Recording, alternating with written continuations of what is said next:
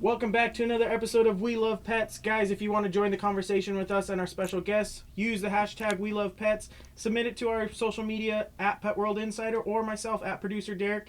Today in studio we have an amazing guest with us, Denise Fleck. You might have seen her in some of the first aid videos we have on our channel, but she also does a bunch of amazing CPR training and first aid training out in the real world. I think it's over 10,000 students now you've got trained. It is, and thanks for that great introduction. Awesome. But it's great to have you in here. It's always a blast when you're here with us. You do a lot of amazing stuff. I've learned a lot just being behind camera when you're doing the training here, but I know your students have learned a lot. The first thing we want to kind of talk about you is why you love pets and kind of how you got all started with this whole pet thing you do. I'd have to give the credit to my Great Dane Ulysses, who actually taught me to walk according to my parents. He was my first canine best friend, and although my parents were around, I always say I was raised by a Great Dane. After that, I've had 11 dogs and cats that have just all brought different things to my life, and just mostly unconditional love. So that's what it started me on the path of loving animals. But my first dog as an adult, my child dog, as opposed to my sibling dog, Sunny, one day when she woke up, she couldn't get up off the floor. And when she tried, she literally let out blood-curdling screams that seemed to echo around the canyons of our house. Unbeknownst to us at the time, she had ruptured 3 discs in her spine. And it was really a daunting task to try to carry her down because at that point in time, we had 110 railroad-tie steps from the car to the house up the hill where we lived. And Sunny was conscious, but a dog that never complained about anything, but, trying to carry her in great pain. And long story short, I had developed a really good relationship with my veterinarian who, although he didn't make house calls, did send a vet tech to our house. We got Sunny on a stretcher, and after surgery, she bounced back to her fun-loving self. But it really made me realize I never wanted to be caught unprepared when my furry family member was in pain or distress. So I just jumped on the bandwagon and kept training and practicing and learning some more, and am now happy to help other people help their pets too. I can actually contest to that whole thing because actually filming with you in our old studio, the first aid stuff, what actually happened maybe about 3-4 weeks after that is I had a situation with my dog, and the training, I didn't necessarily take your class, but because we did the video, it was almost like taking your class. And so it was, okay, I keep this train of thought, check the vitals, check this, go for this. And I was able to not panic and not know what to do, and then be able to get my dog to the vet and be able to know that, okay, everything I did was in my best control that I can, and now it's in the vet's hands. But yeah, it's one of those things that if I didn't film you at that time, I would have had no clue of what was going on. And I know there's a lot of people out there who have the same situation. And I know you have some stories of some people who have taken your class and had the same situation. You want to share any of those things? Well, I do, but let me just play off of what you said, because you kind of hit the nail on the head with saying that you didn't panic. And that is so important because our pets are so receptive to our emotions. We do need to stay calm. But that is what I've found besides teaching the skills. I don't teach yoga or meditation. I don't get my students in a Zen zone. But a lot of the things I say you probably already knew, but you need to be able to quickly access those files. And by hearing me say that or do the demonstrations, it makes it more readily available when you need it. But also, I just do bring some things to the table that you may not have thought about before, and you're more ready to go on autopilot when something happens. But yes, one of my, I say favorite, I shudder to say favorite because it started off bad, but it ended out good. Let me just tell you that right now, was a student named Shirley who used to jog along the beach with her 9-year-old Doberman, Rocco, every Sunday morning. And one Sunday when they got back to the house, Rocco collapsed on the driveway. Shirley dropped to her knees, realized he wasn't breathing, didn't have a pulse, immediately began the mouth-to-snout resuscitation, and he quickly started to cough and pant, but just as quickly stopped again. So she hung in there, and you can imagine when it's your own pet, you're not glued to a watch, you don't know how long you're doing it, but she thinks she did CPR for about 3 minutes. Totally resuscitated Rocco, but as I told her, even if the dog gets up, wags his tail, and licks your face, get him to the vet, because CPR isn't a cure, and I'll hopefully circle back to that. But she got Rocco to the emergency center, and he had to stay there for the day, but they diagnosed him with a heart murmur. He came home on meds that night, and when Shirley got him home and collapsed on the sofa watching TV, try to get rid of the stress and drama of the day, Out of the corner of her eye, she saw Rocco prancing up and down the hall with a pair of her socks in his mouth, having the time of his life. That's a dog she could have lost that morning if she didn't know what to do. Yeah. Now, what I wanted to go back to is whether CPR is for a human or a pet, it's not a cure. By doing CPR, you haven't given the pet antidote for poison he's swallowed. You haven't performed surgery to stop internal bleeding. You haven't cured a disease.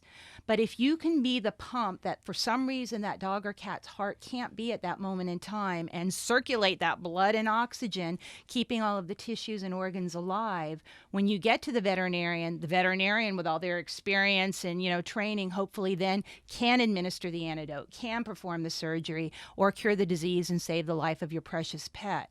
But if you deliver a pet who's already expired, all the training in the world isn't going to do any good. So it really can make a difference. Yeah, and that's a huge difference. It was a huge thing. I know you've had similar situations with your pets and just knowing. Yeah, and knowing I those think things. the key that Denise just hit on, and I've learned so much from you as well, is that ability to just go into an automatic mode and feel comfortable, because that's the stopping point for a lot of people. Am I comfortable or not? And if you've never done it, you're not comfortable. And yet here is a being that you love so much. And I know when I discovered Sugars, I was, doing my snout to tail, just regular checkup. And all of a sudden, I take her outside, we're done. She comes back in and I see, blood driplets in the hallway. I'm like, what's going on? Yeah. Well, my kids grabbed your pet first aid kit and said, Dad, here's the first aid kit, knowing there's a difference between human and pet. It's And great we having sat the there- helpers. It's great having the helpers. And we did. And sure enough, she had a tumor right underneath the base. I mean, not even when you're doing all that, you wouldn't have necessarily, felt it. But when she was out there, she snagged it on something. I hate to say thankfully, but otherwise we wouldn't have known at all. And so, calmly going through, taping it, feeling comfortable of, this is going to be awkward. We're going to roll the tape around you. And it's that comfort level. I know I get comfortable by trying things and learning things and doing. What's your advice, though, for folks that maybe aren't comfortable or haven't taken a class? Obviously, take a class, do some reading, but how do you also maintain it? You and I do these things on a regular basis. Well, I think it's with anything in life, we do have to every once in a while step out of our comfort zone. And even if it isn't comfortable for us or we don't think it's the thing that's going to make the pet wag its tail the most, we still need to do it. Doing that head to tail checkup is so important. It really makes us a team with our veterinarian, because our veterinarian probably only sees our dog or cat once, maybe twice a year. Yeah. If we're really in tune, what I like to say is put on a fresh pair of eyeballs once a week and really look at your pet like you haven't seen him in forever. Because just like other family members, we see them every day and we don't notice those subtle changes. And the more quickly we can determine when something isn't quite right, we can hopefully get it fixed. But yes, getting them used to the human touch so that we touch them all over. If our pet will never let us touch them, kind of growls or pulls away, we're never going to know if something's sore. So we need to know we can touch them all the time, and then when they give us a signal, something isn't right. We need to be able to practice bandaging the paws or the ears and just let them know it's okay. I know a lot of people don't like putting a muzzle on their pet, but sometimes we're going to have to do it so that it won't become a human first aid incident. So put a muzzle on, take it off, give the dog a treat. Yeah. Let him know it's okay. Just like with training, we train our dogs, to stop, to sit, to stay, to walk across different surfaces. Some dogs don't like slippery surfaces, and they have to learn to walk across the kitchen floor if they're going to get a treat. So just the different kinds of handling and techniques we can do just will make it so much simpler when we really have to. Yeah, it's one of those things I get kind of laughed at or kind of like mocked is like, there's pet CPR, or you talk about these things and you're like, no, seriously, like there's pet CPR, there's these methods that actually, and then you kind of talk to these people and like explain that this is going to benefit you and your pet in the long run. And then they get like this light bulb pops open and you're like, wow, why didn't we think that that's a real thing? Like why? And so how do you overcome those kind of like obstacles of people not understanding that this is an important kind of thing to train yourself and educate yourself on not just for your sake, but for your pet's sake also. Well, I think sharing the stories of, real life stories, just like you both have, and like many of my students have given me, to let them know things can happen.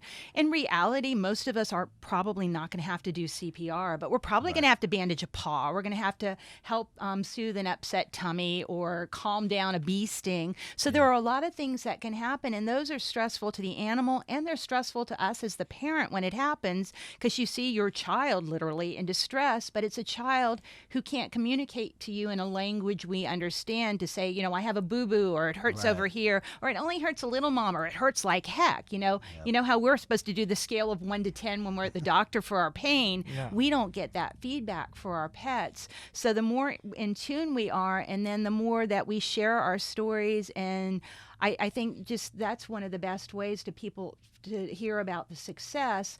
But also, I just, continue to write books and get out there and talk on other things, animals too. And I'm really been doing a lot with children, because I think if they start learning respect and care for animals at an early age, not only do they appreciate animals for their lifetime, but they often share it with the parents and grandparents, and we hit several generations at once that are really learning to better take care of our pets. Yeah, I just want to jump in too, because you talk about the different levels of first aid, and that's something we're all going to encounter. I mean, it's inevitable. Unless you're in a bubble, you're going to get the scrapes. You're going to get, wait, why? They're limping. What does that mean? And so if you haven't ever gotten any kind of, training is always the best thing. But even reading the books and understanding and going, okay, that doesn't mean disaster, because they feed off of us, and that's the important thing.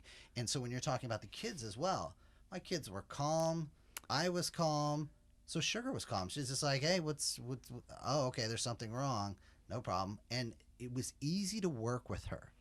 And this is something that was bleeding profusely. So had it been a panic situation, the kids are screaming, they're 7 and 10. Normal reaction would have been screaming like, banshees. It looked like a murder scene, blood all over the Well, wall. I know. But your point is so spot on, and back to yours as well. It surprises me because as a parent, the minute I found out I was going to have kids, I went and took infant CPR. I've taken scuba diving CPR. I've taken adult CPR. So pet CPR. I've taken camera CPR. Love it. We might need that in a minute if I fling something. But yeah, I mean, so to me it was natural. Why isn't it more talked about? It seems to be a mystery, as Derek pointed out. Well, I guess it's like Derek kind of mentioned, it's like, oh, you're kidding. I got that when I was first, teaching the classes, like, yeah, right, I'm going to put my mouth on a dog's snout. Well, if you get educated, and I know it's cliche, but knowledge is power, there are really less things we can get from putting our mouth on a dog's snout than, going lip to lip with each other, just simply because a lot of diseases aren't transferable between species.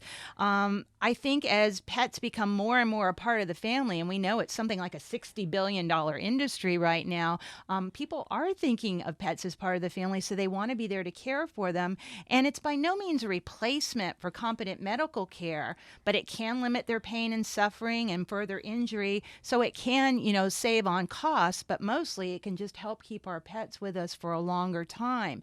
And the more we know, I think we just are more in our comfort zone. Even though I said we need to step out of it once in a while, when there's an emergency, we want to be able to go on that autopilot. It's like us talking here today. You have me talking about animals, my passion. I'm okay with it. If you start talking to me about how to assemble a jet engine, I'm going to probably slip under the table because I don't know, have a clue. But anything well, that's the next class we're going to be doing, how to assemble a jet engine. I was like, you kind of ruined the surprise there, Denise. Doggone it. But I mean, it's just if we're comfortable with something, we can do it, and that's what it's about, building confidence to really take care of our kids. Well, I don't think there's anybody out there working toward that effort the way that you are.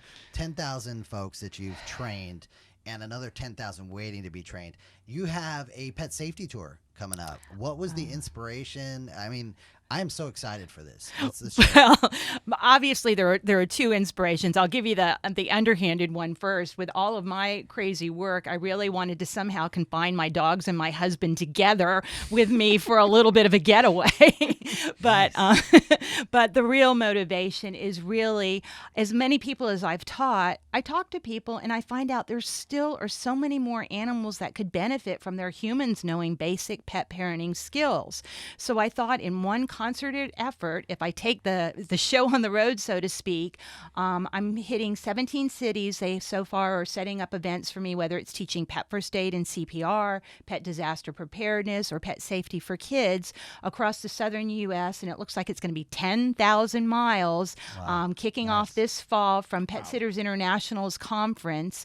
And I've got events planned in Phoenix, in Austin, in Baton Rouge, in Mobile, Alabama, Jackson, Mississippi, Orlando, Florida, Panama City, Florida, Winston-Salem, North Carolina, Winchester, Virginia, La Plata, Maryland, down into Atlanta, into Nashville, Camden, Arkansas, and back heading this way, where I can hopefully just reach more people at one time and get them to learn the skills that they haven't had the larger city opportunities of learning, bringing the training to them. And at the same time, we're doing all of these classes as fundraisers, so the money will go to helping local animals. Wow, that's phenomenal. That's really cool.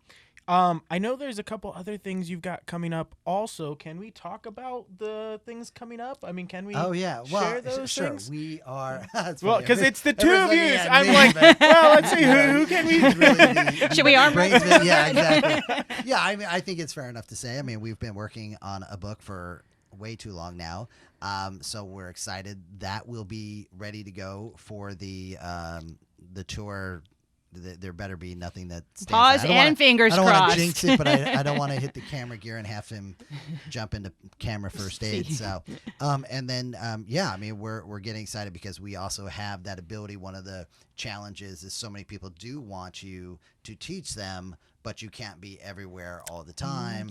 They want to retake it, which is something, as you and I have talked about, CPR is actually CPCR. Right. And so, it's one of those endeavors that we've embarked on with you to create an online. I like the format. embarked. Yes, exactly. Pun intended. Yeah. Jinx.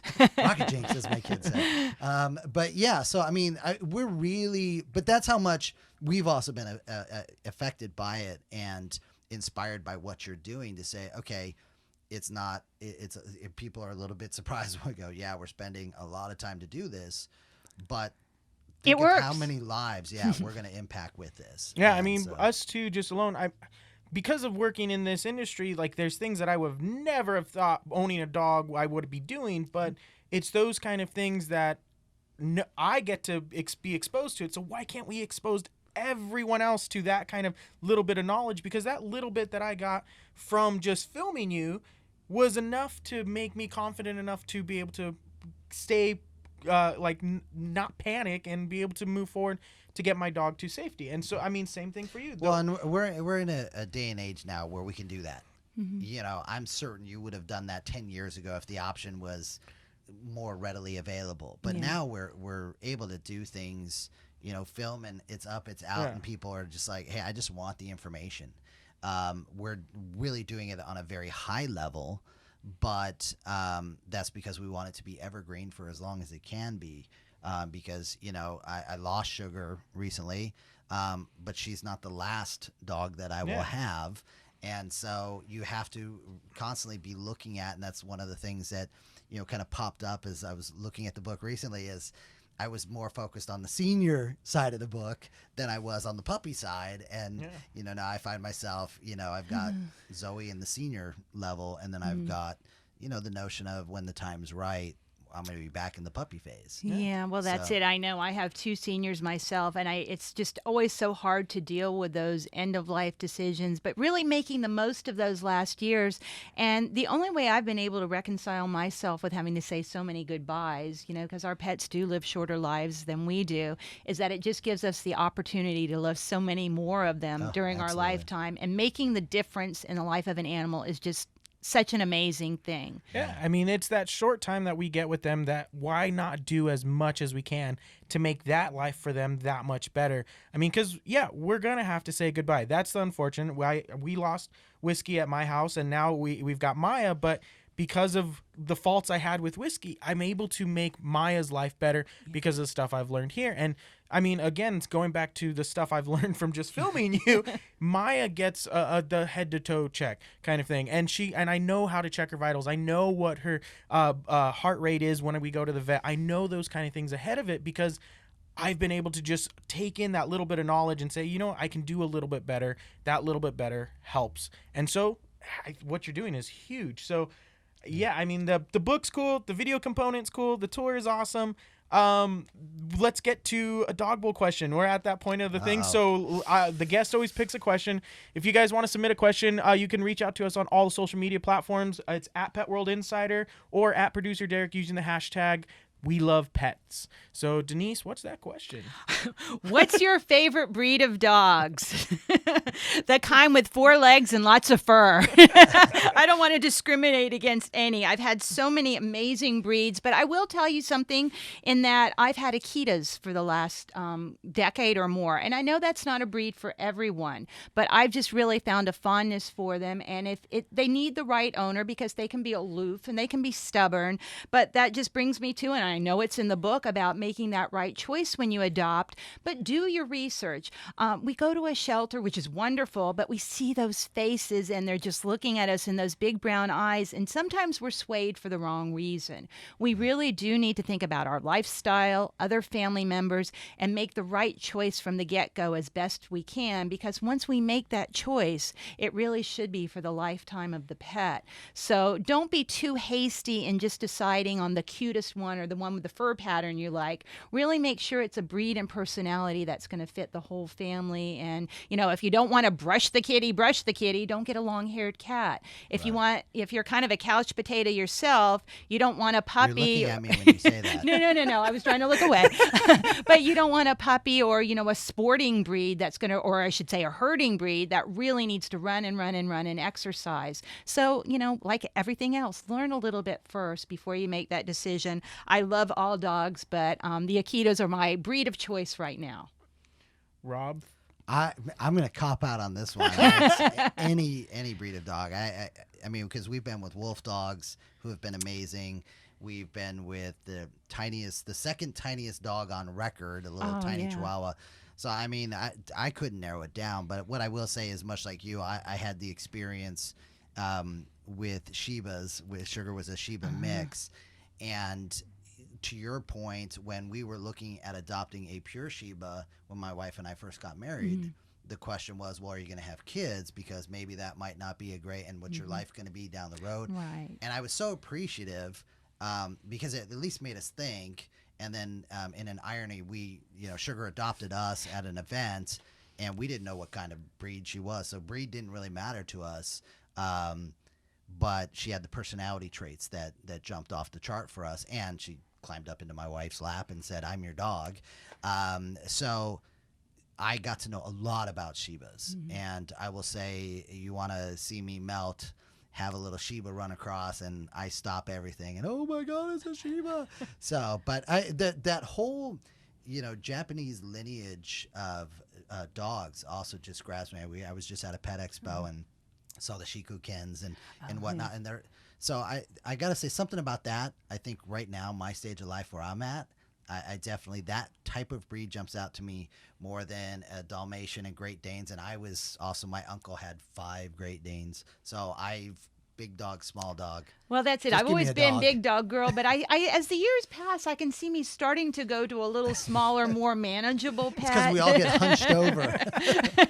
Yeah, because my dad used to always say he always liked a dog he didn't have to bend down to pet. Exactly. But I don't know, wrangling them, sometimes the smaller ones. But the only thing I'd like to conclude on that with is not to judge a pet by its breed. Yes. Because Yes. they get such a bum rap, and especially the bigger, stronger dogs. Get to know the treasure inside of the dog, and don't judge them by the label we've put on. And it's all about the owners. If we train and we socialize, any dog can be a great pet. Oh, yeah. There's tons of evidence of that for sure. Absolutely. So let's go back to the first aid, and what's like that one piece of knowledge you want people to kind of take away from you today on first aid? Like That one piece that everybody just has to know. If you know nothing else, know this. I know what mine will be, but I want to hear yours. Okay. Well, obviously, we already talked about the head to tail checkup and staying calm, because that would be some of the things I would start with. But I think more than anything is just really spending quality time with our pets, because we need to tune into them. We need to pay attention and not let them be on a leash across the street while we're gabbing on the phone. We need not to be texting when we take them for the walk, but really that good quality time where we're tuning in, where we're noticing any subtle changes to their bodies, to their habits, and we're just enjoying and living in the moment like they are, because then we more quickly can tell when something isn't quite right. And we also then have a form of communication with them and can kind of figure out what they need, even though we don't share a common language.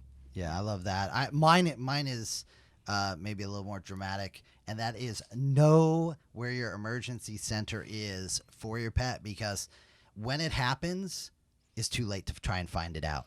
You know, I know things are convenient on cell phones and all that, but there's so much misinformation out there. So know ahead of time, so that way you're instinctively addressing it and getting going there, because sometimes you only have minutes. Exactly. And many times it seems to, Murphy's Law, if you will, happen after regular hours. And that was the thing with Sugar, where it was, 11 o'clock at night, everything shut down. So, and the second part is have a first aid kit. Yeah. And even if it's just an addition to the human kit, have some of those things that you need to have specifically for your cat, for your dog, for whatever, your horse, ferrets, you name it.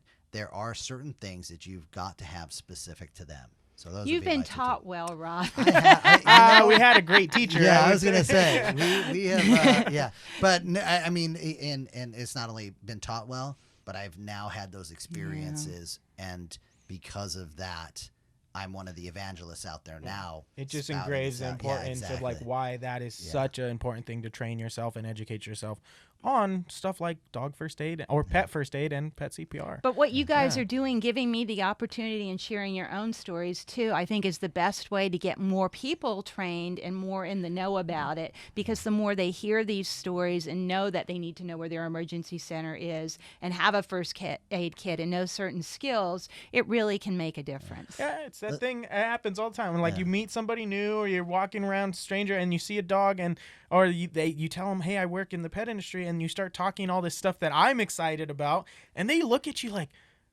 really? I'm like, yeah. And then but it gets their wheels turning, and it gets them thinking, and hopefully in the end of it, they go, you know what, I should look into that stuff, or hey, you know what, that was great. I need to change maybe my pet food that I'm feeding, or maybe I need to change a routine that I'm doing, or spend that little bit more quality time. So.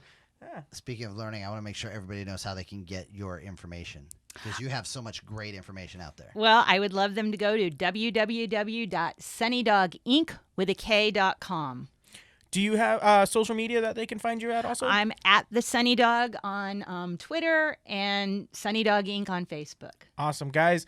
Go ahead, check her out, see when classes are coming to you on the tour. All that information is on her website. If you guys want to reach out to us, use Pet World Insider on all the social media platforms. And also you can reach out to me at Producer Derek on, again, all the social media platforms. Guys, we love pets. We just want to share our love with you guys. So, hey, see you guys next time.